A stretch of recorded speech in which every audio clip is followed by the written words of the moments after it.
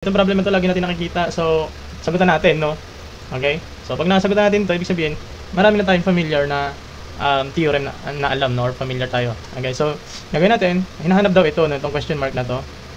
Okay? So, paano natin sasagutan yan? Madali lang, no? So, ang gagawin natin unang-una dyan is, dito, mag-drawing ka muna dito ng diretsong yan. Okay? So, pag ginawa natin yan, ito, di ba, may value ka dito ng 2, may value ka ng 3, may value ka ng 7. Yan yung kasi mga kailangan natin gawin 10, no? So, may value ka dito ng 5. Ito, kasing haba rin ng 2 yan. Isipin mo na lang diretso yan, no? Tapos ito, kung 5 yan, maminusan mo lang ng 2. Of course, ito 3. Kasi pag pinagsama mo, 5 siya. Okay. So, ang kailangan naman natin susunod is ito naman. Okay. Kasi meron na tayong value nito eh. 3. So, kailangan natin ito. Okay. So, pabati mo ang kuha yan, ito lang gagamitin mo. Meron ka naman ditong given na 7 na buo. So, maminusan mo dito. Ayan. So, ito, 3 yan. Ito yan siya, galing. Ayan. And then, kung kabuuan niya 7, ito naman 3. So, ibig sabihin, itong nandito is 4 yan. Na kapareho din ito. Okay? So, mangyari dyan, drawing mo siya dito, ikakrop natin, no?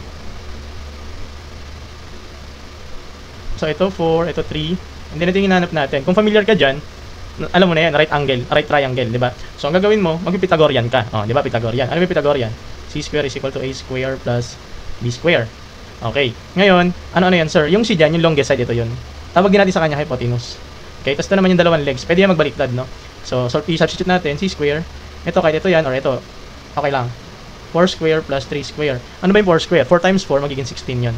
3 times 3, magiging 9. And then, ito naman, C square. So, pag pinagsama mo yan, magiging 25. Ito naman, magiging C square. Square root mo, para matira na lang C. Ang magiging sagot natin sa C is 5. Ang square root kasi ng 25 is positive or negative 5. Pero wala naman tayong negative na side. No, wala naman negative na side, di ba? Kaya positive lang yung kukunin natin, no? So, ang sagot natin doon is, yung ating hypotenuse, ito is 5. Okay? So, yun lang guys. I hope may natutunan kayo ngayon. Please follow sa ating mga social media account. Search nyo lang Sir Tokwa. No? Sa Blue, sa Red App, no? Sa TikTok, no? Please follow. Thank you guys.